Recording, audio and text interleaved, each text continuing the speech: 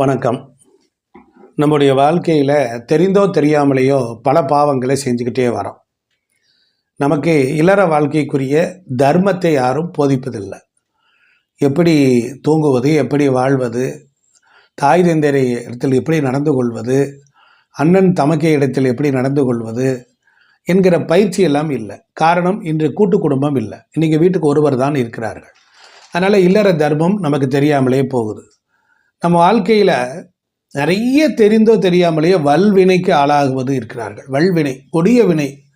பையன் படிச்சுட்டான், நல்லா படிச்சிருக்கான், ஒழுக்கமாக இருக்கான், வேலை கிடைக்கல, நல்ல வேலையில் இருக்கான், கல்யாணம் நடக்கலை. இதுக்கெல்லாம் என்ன காரணம் அப்படின்னா உதிரம். இப்போ நிறைய பேர்கள் குடும்பத்தில் கருக்கலைப்பு நிறைய நடக்குது. அதாவது விளையாட்டு பார்க்கல கருக்கலைச்சிட்றாங்க.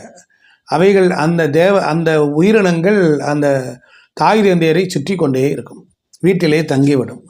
அதே போல் நிறைய பேர்கள் ஜீவ இம்சை, பிறரை அடித்து இம்சை செய்தல், கொடூரமான வார்த்தைகளால் திட்டுதல், பேசுதல், அந்த ஜீவனை அழ வைத்தல், இதெல்லாம் இம்சைன்னு பேர். இப்போ ஜீவனுக்கு ஒரு இம்சை கொடுத்தல், நாயை வச்சு அடிக்கிறது, ஆடு மாடுகளை அடித்து துன்புறுத்துறது, இப்படி ஜீவ இம்சையும் உண்டு. அதே போல் பிறர் மனம் புண்பட பேசுதல், வார்த்தையாலே ஒருத்தர் சல்லடையாக தொலைத்தல், நிறைய கொடூரமான குணம். ஒரு ஒற்றுமையாக நம்ம வாழறோம், சமூகத்தில் இருக்கோம்னா அக்கம் பக்கம் ஒருத்தவங்க ரெண்டு பேரும் நல்லா பேசி சந்தோஷமாக இருந்தால் அதை கெடுப்பதற்கு என்ன வழியோ செய்தல். இது ஒரு மிருக குணம். இந்த இழிவான குணம் அது நமக்கு மிருகங்கள்டிருந்து வந்தது. நம்ம மனுஷனாக மாறினதுக்கு அப்புறம் கூட நம்ம இடத்தில் இருக்கக்கூடிய இந்த குணங்கள் போகவே இல்லை. அதே போல் பிறர் மனம் புண்படும்படி பேசுதல்னு சொன்னேன். நடந்து கொள்ளுதல், அப்புறம் சில பேருக்கு மொட்டை பெட்டிஷன் எழுதுதல், தவறாக எழுதுதல், எப்படியோ ஒரு இணக்கமாக மகிழ்ச்சியாக வாழ்கிறத கண்டு பிடிக்காமல் போகுதல். அதே போல் உத்தமர்களை இகழ்தல். இப்போ நம்ம வாழ்க்கையில் ஒரு ஒழுக்கத்துக்கு ஒரு விலை இருக்குது, ஒரு பக்திக்கு ஒரு விலை இருக்குது. இப்போ ஒழுக்கமாக ஒரு பெரிய மனிதர் போகிறாரு, இவன் என்ன பண்ணுறான், சிகரெட்டை பிடிச்சி மூஞ்சில் ஊதுற மாதிரி விட்றான், காரி துப்புறான், எழுத்து உள்ளவங்க வர்றவங்க முகம் சொல்லிக்கிறாங்க. அப்போ என்ன ஆகுது, இந்த குணங்களினால் இவனுக்கு பிறகு இவன் குடும்பத்தில் இவனுக்கு திருமணம் ஆகும் பொழுது அதில் பிரச்சனை வருது, குழந்தை பாக்கியம் பெற்றுக்கொள்ளும் பொழுது பிரச்சனை வருது.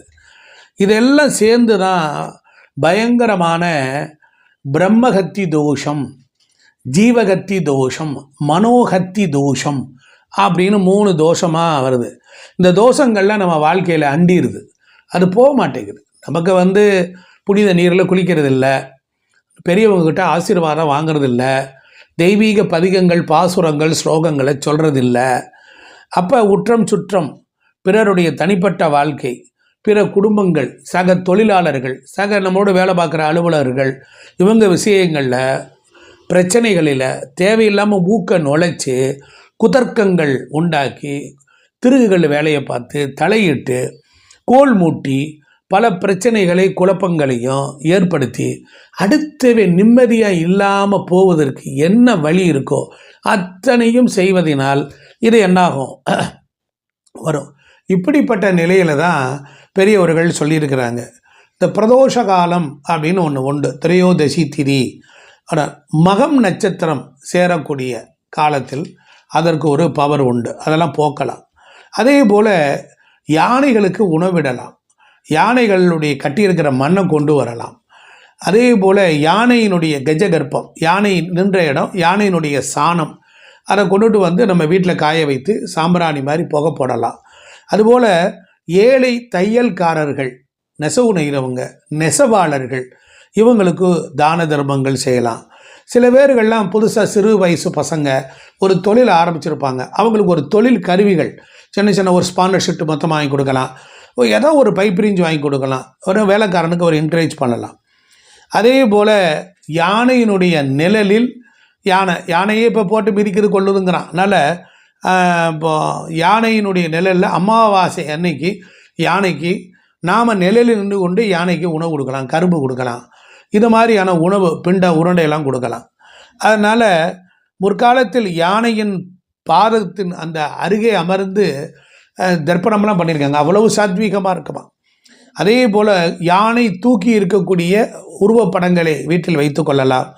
அதனால் இது ஃபுல்லாக இது மாதிரி விஷயங்கள் எல்லாமே கண்டிப்பாக வாழ்க்கையில் நமக்கு ஒரு நன்மையை தரும்.